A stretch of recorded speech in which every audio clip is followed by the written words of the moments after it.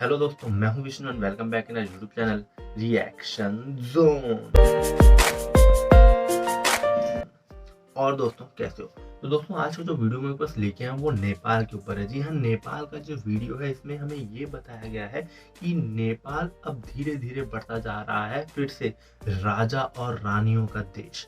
जी हाँ, जिस तरह से अभी जो नेपाल है वहाँ पर पॉलिटिकल पार्टीज हैं, वहाँ पे वोटिंग होती है, सारी चीज़ें जैसे डेमोक्रेसी है, लेकिन अब वहाँ के लोग ये चाहते हैं कि हम एक हिंदू राष्ट्र बनाएं, फिर से हमारा जो देश है वो एक हिंदू राष्ट्र बने और ये डेमोक्रेसी खत्म हो जाए, फिर से किंग और क्वीन का वहाँ पर राज आ जाए।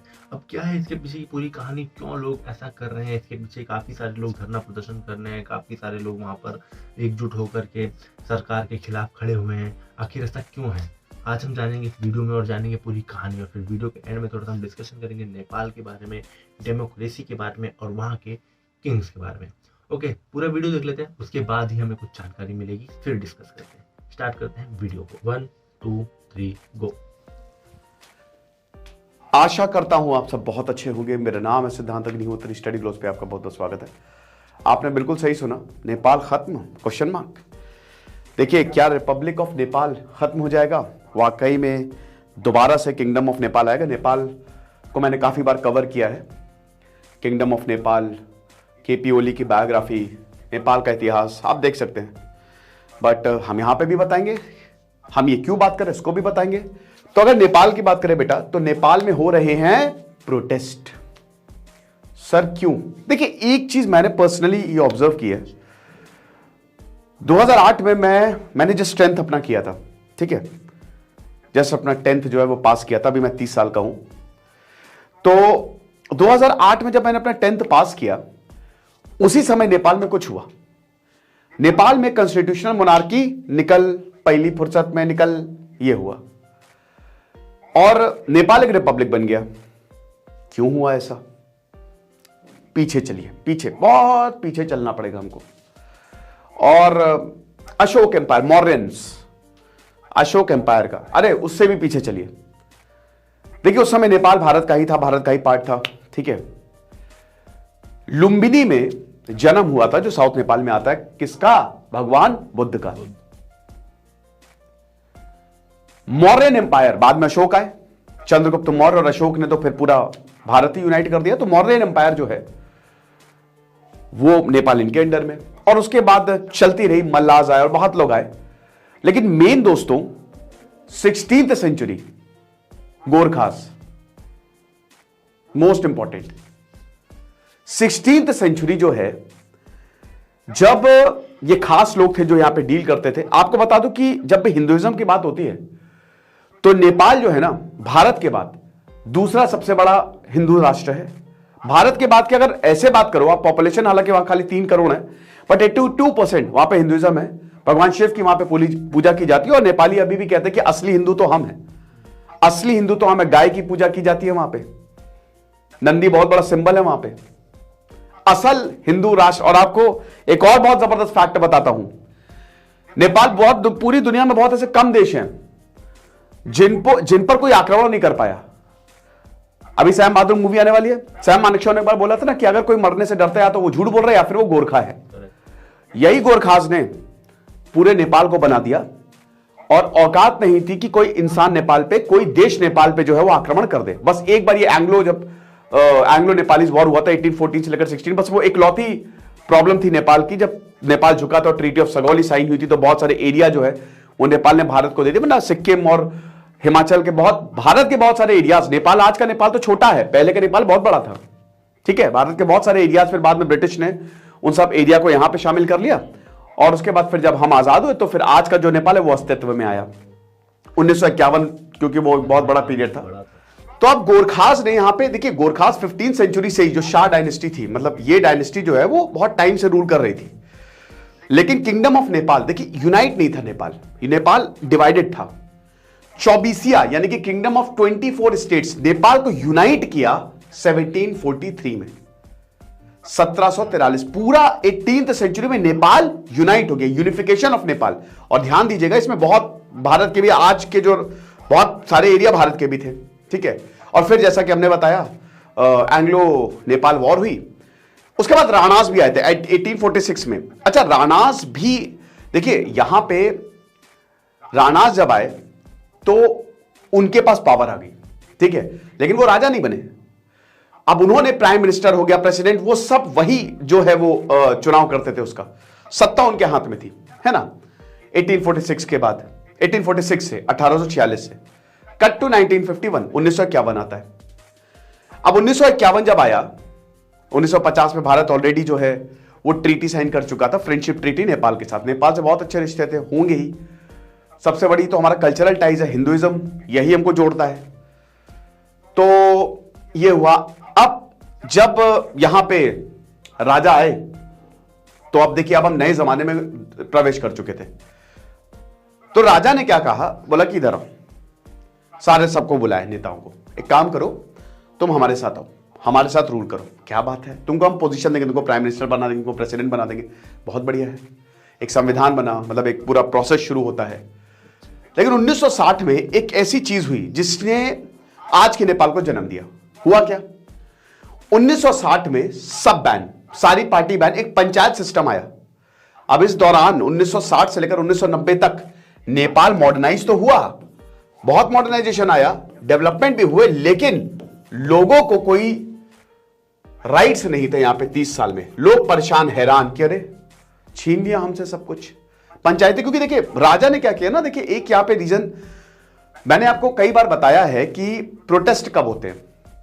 प्रोटेस्ट तब होते हैं जब आदमी दुखी हो। अब उसको फर्क नहीं पड़ता कि लोकतंत्र है कि कौन सा तंत्र है। चाइना में प्रोटेस्ट नहीं हो रहा है, चाइना वाले खुश हैं, होंगे, कभी होंगे, लोगों को फर्क नहीं पड़ता भाई। लोगों को खुशी चाहिए, लोगों को पैसा चाहिए, पैसा दे दो तो लोग कभी विद्रोह नहीं करेंगे। अब देखिए नेपाल में क्या है, नेपाल में तो डेमोक्रेसी है, सबसे बड़ा एग्जांपल नेपाल है, और नेपाल में प्रोटेस्टर बोल रहे कि मोनार्की लेके आओ। वो अभी हम बात समझ ही जाएंगे, हिस्ट्री आप समझ, मतलब जब अभी मैं बता रहा हूं। तो 1960 में उन्होंने सब बैन कर दिया। राजा कभी छोटी हरकत तो करता नहीं है। राजा करप्शन, देखिए बहुत कम ऐसे राजा जो करप्शन, क्योंकि राजा ऑलरेडी उसके बाद बहुत कुछ होता है, ठीक है। तो राजा ये देख रहा है कि इन लोगों को सत्ता मिली नहीं, तो ये लोग करप्शन, भयानक करप्शन, लूट खसोट ऐसी की तैसी कर दी जनता की, तो उन्होंने बैन कर दिया कि हटो हटो, तुम साइड में निकलो।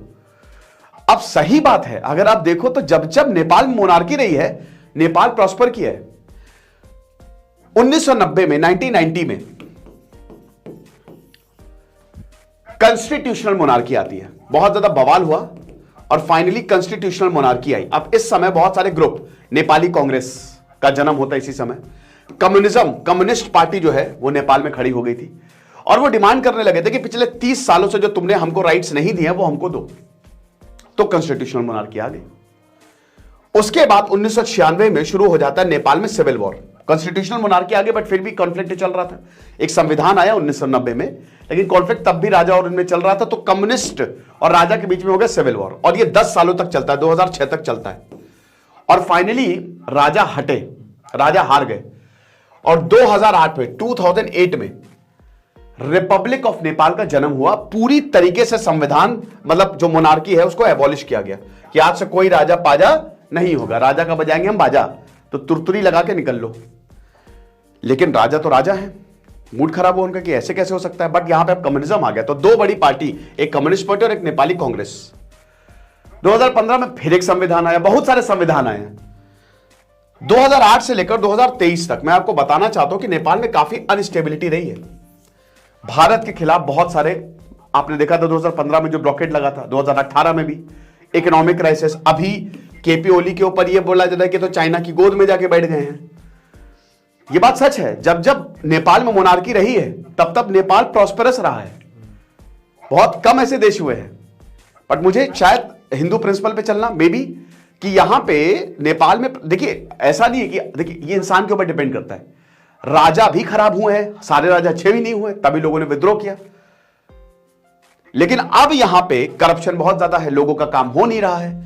तो बोला यह जा रहा है, अभी केपी ओली नहीं है, नेपाली कांग्रेस के आपके प्रचंड है, बट देखिए मेन है वहां पे कम्युनिज्म ही, लेफ्टिस्ट ही है वहां पे, राइटिस्ट नहीं है। क्योंकि माओ अभी जो है ना, माओ ही सरकार, माओवादी सरकार है, ये मत समझिए आप। क्योंकि पूरा का पूरा जो सिविल वॉर भी हुआ ना, वो माओइस्ट ही था, चाइना ने सपोर्ट किया था तगड़े से, इसलिए जीता भी नेपाल। मतलब तो अभी ये हो रहा है कि इन सबको हटाओ।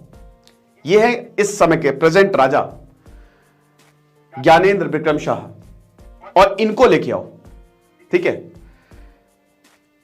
और केपी ओली प्रचंड, इनको हटाओ। प्रचंडा अभी जो है वो प्रेजेंट प्राइम मिनिस्टर है।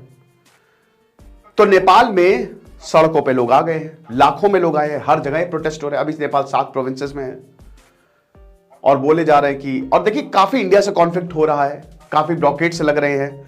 वहां के जो काफी ऐसे लोग हैं, नेटिव्स हैं, जो कह रहे हैं कि भाई हमको जो है वो राइट्स नहीं मिल रहे हैं। तो प्रॉब्लम्स नेपाल में ज्यादा हैं। 2008 के बाद से प्रॉब्लम और ज्यादा है और नेपाल की प्रॉब्लम सॉल्व हुई नहीं। नेपाल में करप्शन बहुत ही ज्यादा हो गया है, भयानक करप्शन। काठमांडू को छोड़ के कहीं पे आपको ना प्रॉपर एजुकेशन मिलेगी, ना हेल्थ फैसिलिटी, ना इंफ्रास्ट्रक्चर। नेपाल पीछे जाता जा रहा है। तो उन्होंने ऐसे लोकतंत्र की तो कल्पना नहीं की थी। तो यही बोल रहा है कि राजा को लेके आओ, इनसे ना हो पाएगा। मुझे लगता है आने वाले समय में नेपाल एक कॉन्फ्लिक्ट की तरफ बढ़ेगा, क्योंकि अगर नेता फेल हो गए, वो डिलीवर नहीं कर पाए। भाई देवबा थे, पहले केपी ओली, फिर देवबा, प्रचंड। तो आप ये देखिए कि प्रधानमंत्री भी वहां पे लगातार बदलते जा रहे हैं। इसका मतलब सत्ता में कुछ गड़बड़ है, क्योंकि यहां पे 275 सीटें हैं, किसी को कभी बहुमत मिलती नहीं। कोई किसी के साथ सरकार बना लेता है, कोई किसी के साथ। यहां कोई आइडियोलॉजी, देखिए आइडियोलॉजी एक है, लेफ्टिस्ट। तो अब सभी है, मैक्सिमम पार्टी लेफ्टिस्ट है। तो कोई किसी के साथ सरकार बना रहे, कोई किसी के साथ सरकार बना रहे, और सब बिक रहे हैं। जितने भी मेंबर्स हैं, हर किसी को अपनी सत्ता, अपनी कुर्सी की पड़ी है, लोगों की किसी को नहीं पड़ी है। तो वही 1960 वाला हिसाब किताब अब हो गया। तो इसीलिए लोग बोल रहे हैं कि मोनार्की वापस लेके आओ। तो देखेंगे क्या होता है, पल पल पे हम इस पे अपडेट बनाए हुए हैं। तो मैंने छोटा सा इतिहास आपको बता दिया ताकि आपको एक एक चीज पता लग सके। Thank you so much. तो देखा दोस्तों, हम लोगों ने पूरा वीडियो जिसमें कि लिखा हुआ है इस Nepal heading towards a civil war, और इस वीडियो के अंदर बहुत सारी जानकारी मिली। आप लोगों ने भी पूरा वीडियो देखा, तो आप लोग भी मुझे बताइए कि जो जो इन्फॉर्मेशन इसके अंदर बताई गई, क्या वो सारी की सारी सच है या इसमें कुछ अपना मसाला मिर्च भी डाला गया है। ये स्टडी क्लोज वाले स्टूडेंट्स को लेक्चर्स देते हैं, यूपीएससी एसएससी की तैयारी करवाते हैं गवर्नमेंट जॉब के लिए। तो जहाँ तक मुझे लगता है कि इन्फॉर्मेशन कहीं हद तक एकदम करेक्ट और सही है। और जहाँ तक बात रही नेपाल में प्रोटेस्ट की, तो नेपाल में प्रोटेस्ट चल रहे हैं। एक बात तो मैं इनसे बिल्कुल सहमत हूँ कि प्रोटेस्ट कब होता है, प्रोटेस्ट क्यों होता है। प्रोटेस्ट तभी होता है जब कोई नाखुश हो, जब कोई दुखी हो जाता है, बहुत ही ज़्यादा निराश हो जाता है और दुखी हो जाता है। फिर उसको किसी की परवाह नहीं होती कि भाई सामने कौन बैठा है। वो अपने हक के लिए, अपने राइट्स के लिए प्रोटेस्ट करता है और उसको पा कर ही रहता है। बहुत सारे हमने प्रोटेस्ट देखे हैं इंडिया में, नेपाल में, कई जगह लोग अपनी जान तक दे देते हैं। तो मतलब लोग इतना ज़्यादा दुखी हो गया है वो इंसान कि उसे अपनी जान की भी परवाह नहीं है। इससे अच्छा तो वो मरना प्रेफर करेगा, उस जो लाइफ वो जी रहा है उससे अच्छा तो वो मरना ही प्रेफर करेगा। इसलिए तो वो प्रोटेस्ट के टाइम अपनी जान वगैरह दे देते हैं। और इसके अंदर एक चीज़ बताई गई कि जब जब नेपाल में डेमोक्रेसी रही है, तब तब नेपाल और पीछे जाता रहा है। कितने सारे प्राइम मिनिस्टर यहाँ पे चेंज हो गए, कितने सारे प्रेसिडेंट चेंज हो गए, लेकिन किसी को कोई फर्क नहीं पड़ता। किसी भी प्राइम मिनिस्टर को कोई अपने जनता के बारे में नहीं सोच रहा। सब और सब अपनी सोच रहे, अपनी कुर्सी के बारे में सोच रहे हैं, अपनी सत्ता के बारे में सोच रहे हैं, जनता के बारे में कोई नहीं सोच रहा। इसीलिए अब वहाँ की जनता प्रोटेस्ट पर उतर आई है और उनको चाहिए कि भाई हमें हमारा राजा वापस चाहिए। हमें फिर से सेम वही चीज़ चाहिए जो पहले होती थी। हमारे राजा हमारा रूल वगैरह डिसाइड करेंगे और जो हमारे राइट्स हैं वो सब हमें मिलेंगे। बाकी आप लोगों को क्या लगता है, राजा वापस आना चाहिए या फिर डेमोक्रेसी वहाँ पर रहनी चाहिए? क्योंकि नेपाल में बहुत ही तगड़े तरीके से प्रोटेस्ट चल रहा है। आप लोग मुझे कमेंट सेक्शन में बताइए क्या है पूरा माजरा। अगर इस वीडियो से रिलेटेड और कोई वीडियो है तो उसका लिंक भी आप मुझे कमेंट सेक्शन में या फिर इंस्टा फेसबुक पर मुझे मैसेज कर सकते हैं। मैं उसके ऊपर भी अपना रिएक्शन वीडियो बनाऊंगा और आप लोगों के साथ शेयर करूँगा। तो चलिए दोस्तों, आज के लिए बस नहीं, और लास्ट में मैं चाहता हूँ कि आप लोग अपना प्यार यूँ ही बरकरार रखिए, मुझे यूँ ही सपोर्ट करते रहिए, जिससे मैं ऐसी और ढेर सारी वीडियो लेके आऊँ और आप लोगों के साथ शेयर करूँ। तो चलिए दोस्तों, मिलते हैं फिर अगली वीडियो में। तरह की धमाकेदार परफॉर्मेंस के लिए बाय बाय।